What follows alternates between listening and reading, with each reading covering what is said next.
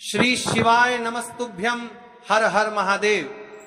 दोस्तों, आप सभी लोग जानते हैं कि आज यानी शनिवार है और आज के दिन को पड़ रही है मार्गशीर्ष महीने की द्वितीय तिथि। और दोस्तों, ये वह तिथि है जो मार्गशीर्ष महीने में पड़ने वाली सबसे बड़ी तिथि है। द्वितीय तिथि का सबसे बड़ा महत्व होता है और पूज्य गुरु जी ने कहा है, अगर कभी भी मौका लग जाए और मार्गशीर्ष महीने की द्वितीय तिथि शनिवार को पड़ जाए तो आप लोगों को तुलसी लकड़ी दीपक वाला उपाय तो अवश्य ही करना चाहिए और इन दोनों का संयोग बहुत ही कम आता है। और दोस्तों, पूज्य गुरु जी ने अपनी शिव महापुराण की कथा में बताया है, इस दिन आपको प्रदोष काल में एक तुलसी लकड़ी दीपक वाला उपाय अवश्य ही करना चाहिए, क्योंकि ऐसा दिन पूरे साल में सिर्फ एक ही बार आता है। और दोस्तों, आप सभी लोग जानते हो कि शनिवार का अगर सबसे बड़ा कोई उपाय है तो वह 5:45 से 6:45 के बीच जाने की प्रदोष काल में तुलसी लकड़ी दीपक वाला उपाय। तो दोस्तों, इस शनिवार के दिन आप लोगों को एक चुटकी हल्दी वाला उपाय को जरूर करना है। बहुत सारे लोग होंगे जिन लोगों ने इस उपाय को ना किया हो, मतलब पूरा साल निकल गया और उन्होंने किसी भी दिन प्रदोष काल में एक चुटकी हल्दी वाला उपाय को ना किया हो। पर दोस्तों, आपके पास एक आखिरी मौका बचा हुआ है जो कि 21 नवंबर के दिन है। तो इस दिन आप लोगों को इस वाले उपाय को जरूर कर लेना है। भले ही आपने पूरे साल भर इस उपाय को ना किया हो, पर अगर आपने इस मार्गशीर्ष महीने में पड़ने वाली द्वितीय तिथि के दिन अगर इस वाले उपाय को कर लिया तो आपको इस उपाय को करने का वह फल मिलेगा जिसकी आपने कभी कल्पना भी नहीं करी होगी। इसीलिए आप लोग इस वाले उपाय को एक बार जरूर कर लेना, ताकि आप लोगों के हाथ से यह मौका ना जा सके और आपको इस उपाय को करने का फल मिल सके। दोस्तों, ये उपाय पंडित जी ने अपनी अभी की ही शिव महापुराण की कथा में बताया है, जिस उपाय को आज हम आपको बहुत अच्छे से समझाने वाले हैं। इस वीडियो को देखने के बाद इस उपाय को समझने के लिए आपको कोई और वीडियो को देखने की जरूरत नहीं पड़ेगी। तो चलिए दोस्तों, उपाय को शुरू करते हैं। देखिए, यह इस मार्गशीर्ष महीने के शनिवार आज के दिन ये इतना खास होता है, इतना महत्वपूर्ण होता है।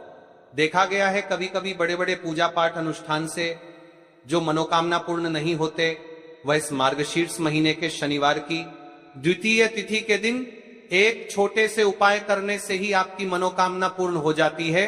और बहुत सारे लोगों ने इस उपाय को किया भी है और उनको इस उपाय को करने का फल भी जरूर मिला है। अगर आप लोग भी इस उपाय को शनिवार द्वितीय तिथि के दिन करना चाहते हैं तो आप इस उपाय को पहले अच्छे से समझ लेना, सुन लेना, उसके बाद करना। आपको इस उपाय का फल जरूर मिलेगा और इस उपाय को कर लेने से आपके घर में चाहे किसी भी प्रकार की दुख और समस्या क्यों ना चल रही हो, आपको उसका कारण भी नहीं पता है कि भाई यह समस्या किस कारण से चल रही है। उसका कुछ भी कारण हो सकता है, जैसे पितृदोष हो सकता है या किसी भी तरह का मंगल दोष भी हो सकता है। तो इस दिन आप लोगों को यह वाला उपाय कर लेना है। यह एक ऐसा उपाय है जिस उपाय को अगर किसी विशेष दिन पर किया जाए तो भाई उस विशेष दिन का जो है वह तो हमें मिलता ही मिलता है। पर हमने उस दिन पर इस उपाय को किया है तो हमें उससे भी बड़ा फल मिलता है और फल बहुत जल्दी मिलता है। श्री शिवाय नमस्तुभ्यम। भक्तों, आज की इस पवित्र वीडियो में आप सभी का स्वागत है। मार्गशीर्ष मास का पावन समय चल रहा है और इस मास की जो दिव्यता है, जो ऊर्जा है, जो आध्यात्मिक शक्ति है, वह पूरे वर्ष में बहुत कम तिथियों पर देखने को मिलती है।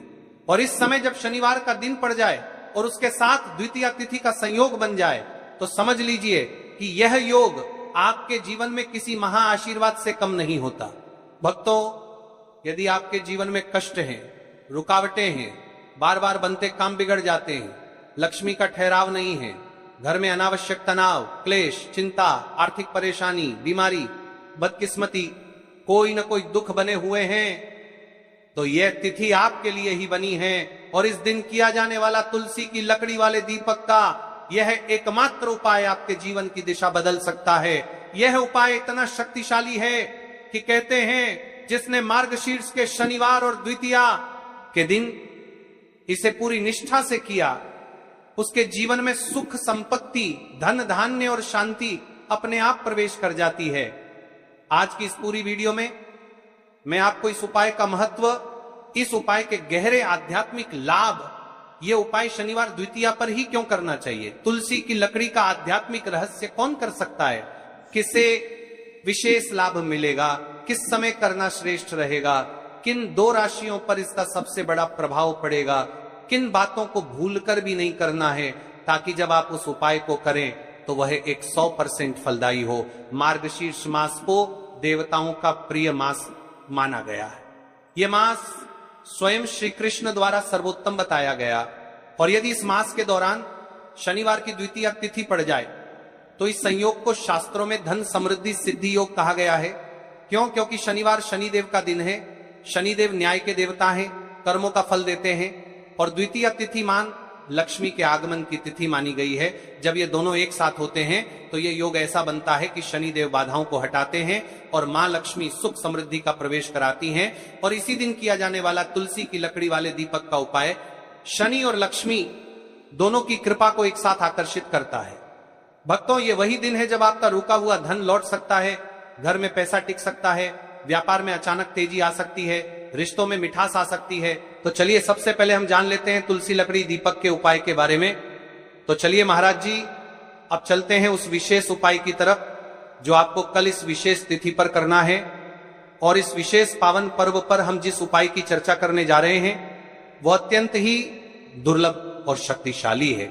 यह उपाय न केवल भक्त की मनोकामनाओं को पूर्ण करता है बल्कि उसके जीवन के समस्त कष्टों का निवारण भी करता है। उपाय की सामग्री देखिए, महाराज मात्र तुलसी की लकड़ी से बना दीपक, 11 चावल के दाने और 1 चुटकी हल्दी। ये तीनों वस्तुएं देखने में सामान्य प्रतीत होती हैं, परंतु इनका महत्व और शक्ति अद्भुत है।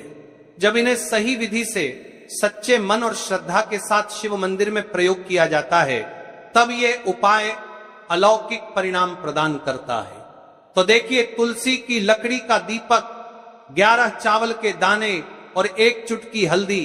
तो सबसे पहले आपको हम दीपक के बारे में बताते हैं। तुलसी की लकड़ी का दीपक, तुलसी माता का वर्णन शास्त्रों में अत्यंत पवित्र माना गया है।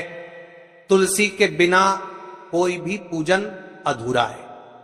यद्यपि शिव जी को तुलसी अर्पित नहीं की जाती, परंतु तुलसी की लकड़ी का उपयोग जब दीपक के रूप में किया जाता है तो यह विशेष ऊर्जा उत्पन्न करती है। देखिए महाराज जी, अब हम बात कर लेते हैं सबसे पहले उपाय के बारे में। तो देखिए, तुलसी की लकड़ी का दीपक, 11 चावल के दाने और 1 चुटकी हल्दी। तो सबसे पहले आपको हम दीपक के बारे में बताते हैं। तुलसी की लकड़ी का दीपक, तुलसी माता का वर्णन शास्त्रों में अत्यंत पवित्र माना गया है। तुलसी के बिना कोई भी पूजन अधूरा है। यद्यपि शिव जी को तुलसी अर्पित नहीं की जाती, परंतु तुलसी की लकड़ी का उपयोग जब दीपक के रूप में किया जाता है तो यह विशेष ऊर्जा उत्पन्न करती। यह दीपक भक्त की मनोकामना पूरी करने में सहायक होता है। अब देखिए महाराज जी, 11 चावल के दाने का महत्व जानिए। चावल शुद्धता और समर्पण का प्रतीक है। हर दाना अखंडता और पूर्णता का द्योतक है। जब 11 चावल शिवलिंग पर अर्पित किए जाते हैं तो ये 11 इंद्रियों का नियंत्रण और शुद्धिकरण करता है। मात्र 1 चुटकी हल्दी, 1 चुटकी हल्दी, हल्दी मां भगवती का प्रिय है और यह सौभाग्य, आयुर्वेद और पवित्रता का प्रतीक है। शास्त्रों में कहा गया है कि जहां हल्दी का प्रयोग होता है वहां मां लक्ष्मी का वास होता है। इसलिए जब इस हल्दी का प्रयोग शिव मंदिर में किया जाता है तो यह शिव, शक्ति और लक्ष्मी दोनों की कृपा प्रदान करता है। कई सारे लोग प्रश्न करेंगे कि महाराज जी, ना ही शिव जी को तुलसी समर्पित कर सकते हैं और ना ही इस उपाय को किया जाता है। तो देखिए, इस उपाय को आपको शिव मंदिर की चौखट पर करना है। ये जो दीपक हम प्रज्वलित करेंगे ये शिव मंदिर की चौखट पर करेंगे। तुलसी का संबंध आध्यात्मिक शांति, मानसिक स्थिरता और रोगनाश से है। जब तुलसी की लकड़ी का दीपक जलता है तो घर या मंदिर के आसपास की नकारात्मकता तुरंत दूर हो जाती है। तो देखिए महाराज जी, आपको इस तुलसी की लकड़ी के दीपक के बारे में हम आपको सबसे पहले बताते हैं। हालांकि आपके तीनों उपाय को साथ में ही करना है, लेकिन सबसे पहले और प्रथम तुलसी की लकड़ी का दीपक। तो देखिए, तुलसी की लकड़ी प्राप्त करना, यदि घर में तुलसी का पौधा है तो उसकी जड़ के पास की नरम लकड़ी लेनी है। यदि घर में तुलसी का पौधा नहीं है तो बाजार से भी तुलसी की लकड़ी खरीदी जा सकती है। कई सारे घरों में तुलसी का वृक्ष नहीं होता है, तो आप ये भी कर सकते हैं। ध्यान रहे, यदि आप किसी और के घर से ले रहे हैं तो उसे दक्षिणा अवश्य दें। बिना दक्षिणा के तुलसी लेना अशुभ माना जाता है। लकड़ी को तैयार करना, तुलसी की लकड़ी को छोटे टुकड़े में काटकर उसकी बत्ती बनानी है, उस बत्ती पर कपास रुई लपेटना है ताकि वह दीपक में ठीक से जल सके। अब यहां पर महाराज जी कई सारे लोग प्रश्न करते हैं कि दीपक हमें आटे का लेना है या फिर हमें दीपक मिट्टी का लेना है। तो देखिए, आपको मिट्टी का दीपक का प्रयोग करना है क्योंकि हम तुलसी के लकड़ी के दीपक वाला उपाय कर रहे हैं। ठीक है, दीपक केवल मिट्टी का होना चाहिए, पीतल, कांसे या किसी और धातु का दीपक इस उपाय में उपयोग नहीं करना। मिट्टी का दीपक धरती तत्व का प्रतिनिधित्व करता है और यह शिव पूजन में सबसे उत्तम माना जाता है। अब देखिए महाराज जी, हमें तेल का किस प्रकार प्रयोग करना है।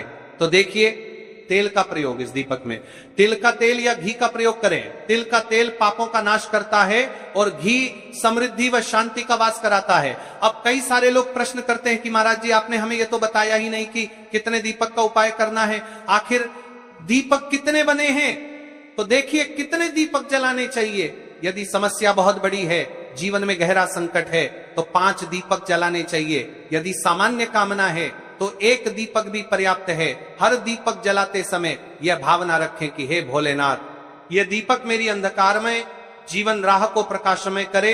जेके महाराज जी, तुलसी के लकड़ी के दीपक वाला उपाय है, यह कोई साधारण उपाय नहीं है। तो आपको क्या सावधानी बरतनी है। दीपक को शिवलिंग पर प्रत्यक्ष रूप से न रखें, इसे मंदिर की चौखट पर या बनाए गए स्वस्तिक पर रखें। दीपक जलाते समय मन में शुद्ध भाव होना चाहिए। दीपक बुझने के बाद उसकी राख को पवित्र स्थान पर ही विसर्जित करें। महाराज जी, जैसे ही तुलसी की लकड़ी का दीपक जलता है, वैसे ही साधक को एक अलग ही शांति का अनुभव होता है, मन का तनाव समाप्त होता है। आंखें बंद करके जब दीपक की लौ के सामने बैठते हैं तो लगता है कि ये लौ सीधे आत्मा से संवाद कर रही है। ये लौ मानो भगवान शिव के आशीर्वाद का प्रतीक बन जाती है। अब देखिए महाराज जी, हम बात कर लेते हैं 11 चावल के दाने वाले उपाय के बारे में। ठीक है, 11 चावल का धार्मिक महत्व। महाराज जी, चावल अन्न केवल भोजन का साधन नहीं है, बल्कि इसे पूर्णता, शुद्धता और अखंडता का प्रतीक माना गया है। वेदों और पुराणों में अन्न को अन्न देवता कहा गया है। अन्नम ब्रह्मेति वेजानात, यह उपनिषद का कथन है, अर्थात अन्न स्वयं ब्रह्म है। इसलिए जब भक्त शिव जी को चावल अर्पित करता है तो वह केवल एक दाना नहीं चढ़ाता, बल्कि अपनी आत्मा और जीवन का समर्पण करता है। अब सबसे महत्वपूर्ण प्रश्न उठता है कि 11 चावल ही क्यों। शास्त्रों में कहा गया है कि मनुष्य के शरीर में 11 इंद्रियां होती हैं। जब भक्त 11 चावल के दाने शिव जी को अर्पित करता है तो वह अपनी 11 इंद्रियों को भगवान को समर्पित करता है। यह समर्पण साधक के भीतर शुद्धि और संयम लाता है। अब देखिए महाराज जी, चावला के दाने कहां से लेने हैं, कैसे लेने हैं, इस बात पर चर्चा कर लेते हैं। क्योंकि कई सारे लोगों को मन में यह भी प्रश्न रहता है, घर में रखे चावल का प्रयोग किया जा सकता है, चाहो तो दुकान से भी ले सकते हो। ध्यान रहे, चावल अखंड और शुद्ध होने चाहिए। टूटे हुए दाने अशुभ माने जाते हैं। 11 दानों को अलग करके छोटे डिब्बे या पुड़िया में सुरक्षित रखना है चावल अर्पण की विधि। अब सुनिए महाराज जी, 11 चावल के दानों का प्रयोग कैसे करना है। अब देखिए महाराज जी, जैसे ही आपके चावल के दाने आप एक पुड़िया में रख लेते हैं, अब आपको शिव मंदिर में जाकर के इस उपाय को करना है। तो देखिए, आप एकदम स्वच्छ जल से नहाट होकर के शिव मंदिर पहुंचे और आपको इस उपाय को करना है। तो देखिए, कई सारी मेरी अन्य माताएं बहनें रहती हैं जो शिव मंदिर में जाती से ही दूसरी अन्य माता बहनों से सामग्री मांगने लगते हैं। जैसे कि ओ जी अपने बेलपत्र लाए हो, क्या एक देना, आज मैं लाना भूल गई, ओ जी थोड़े से फूल दे दो। तो देखिए, आपको शिव मंदिर में जाकर के ये नहीं करना है। आप सिर्फ अपनी सामग्री से उपाय कीजिए और घर आ जाइए। ठीक है, हजम मंदिर जाएं, सबसे पहले शिवलिंग पर गंगा जल या शुद्ध जल चढ़ाएं, नमः शिवाय का जप करते हुए शिवलिंग का ध्यान करें। अब सबसे पहले चावल का दाना गणेश जी के स्थान पर अर्पित करें, क्योंकि गणेश जी बिना हर कार्य अधूरा है। इसके बाद शेष 11 दानों को एक एक करके शिवलिंग पर अर्पित करें। हर दाना चढ़ाते समय मन में एक एक प्रार्थना करें। जैसे पहला दाना है शिव, मेरे जीवन से रोग दूर करो। दूसरा दाना है महादेव, मेरे घर में सुख समृद्धि लाओ। तीसरा दाना है भोलेनाथ, मेरे संतानों को रक्षा दो। चौथा दाना, मेरे व्यवसाय नौकरी में सफलता दो। 5वां दाना, मेरे परिवार में एकता बनी रहे। इसी तरह हर दाने पर अपनी मनोकामना रखनी है, भावनाओं की शक्ति। महाराज जी, ये ध्यान रखना बहुत जरूरी है कि कि चावल अर्पण करते समय मन शुद्ध होना चाहिए। अगर चावल चढ़ाते समय मन में संदेह होगा तो उपाय फल नहीं देगा। लेकिन यदि दानों को अर्पित करते समय हृदय से प्रार्थना होगी तो भगवान शिव तुरंत सुनेंगे। चावल का आध्यात्मिक प्रभाव, चावल का रंग सफेद है, यह शांति और पवित्रता का प्रतीक है। जब सफेद चावल शिवलिंग पर चढ़ाए जाते हैं तो यह साधक के जीवन से अज्ञान और अशांति को मिटाकर ज्ञान और सुख प्रदान करता है। 11 दाने सामूहिक रूप से पूर्णता का भाव लाते हैं। प्रत्येक दाना चढ़ाते समय यह मंत्र बोल सकते हैं, ओम त्र्यंबकम यजामहे सुगंधिम पुष्टिवर्धनम उर्वारुकमिव बंधनान मृत्योर्मुक्षीये मामृतात्, या केवल ओम नमः शिवाय का जाप भी पर्याप्त है। उपाय करते समय अनुभव, जब भक्त एक एक चावल का दाना अर्पित करता है तो वह अनुभव करता है कि उसका हर बोझ, हर कष्ट शिव जी को सौंप रहा है। हर दाना एक प्रतीक है दुख का बोझ हटाने का और सुख का द्वार खोलने का।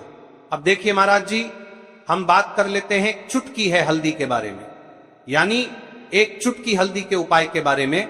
तो देखिए हल्दी का धार्मिक महत्व महाराज जी, हल्दी केवल रसोई की सामग्री नहीं है, यह भारतीय संस्कृति, आयुर्वेद और अध्यात्म तीनों का अभिन्न अंग है। हल्दी को संस्कृत में हरिद्रा कहा गया है। हरिद्रा शब्द का अर्थ है जो हर ले, रोग और अशुभता को दूर कर दे। शास्त्रों और पुराणों में हल्दी को मां लक्ष्मी का स्वरूप माना गया है। जहां हल्दी होती है वहां समृद्धि, सौभाग्य और सकारात्मक ऊर्जा का वास होता है। शादी ब्याह जैसे मंगल कार्यों में हल्दी का प्रयोग इसी कारण होता है। हल्दी को सर्वरोगनाशिनी कहा जाता है। यह शरीर की प्रतिरोधक क्षमता बढ़ाती है, मन को शुद्ध और शांत करती है और रोग शोक को दूर करती है। आध्यात्मिक दृष्टि से हल्दी साधक के आभा मंडल को स्वर्णिम प्रकाश से भर देती है। और जब कोई व्यक्ति इस हल्दी वाले उपाय को करता है तो उसके जीवन से परेशानियां भी समाप्त होती हैं और मनोकामना भी पूर्ण होती है। जो मनोकामना बड़े बड़े पूजा पाठ में अनुष्ठान से पूर्ण नहीं होती, वह मंत्र इन उपायों से पूर्ण हो जाती है। क्यों? केवल एक चुटकी हल्दी। अब प्रश्न उठता है, केवल एक चुटकी ही क्यों? एक चुटकी का अर्थ है संकल्प और विश्वास। उपाय में परिमाण नहीं बल्कि भावना देखी जाती है। छोटी सी मात्रा में भी हल्दी अपार शक्ति प्रदान करती है यदि उसे श्रद्धा से अर्पित किया जाए। उपाय का श्रेष्ठ समय, शास्त्रों में प्रत्येक उपाय का समय विशेष महत्व रखता है। इस दीपक और हल्दी चावल के उपाय को करने के 2 मुख्य समय बताए गए हैं। देखिए महाराज जी, अब बात कर लेते हैं इन उपायों को आपको एक साथ में करना है। और हाँ, इन उपायों को आपको किस समय करना है? सुबह के समय करना है या प्रदोष काल के समय करना है? या फिर आप हमसे ही प्रश्न करना चाहते हैं कि महाराज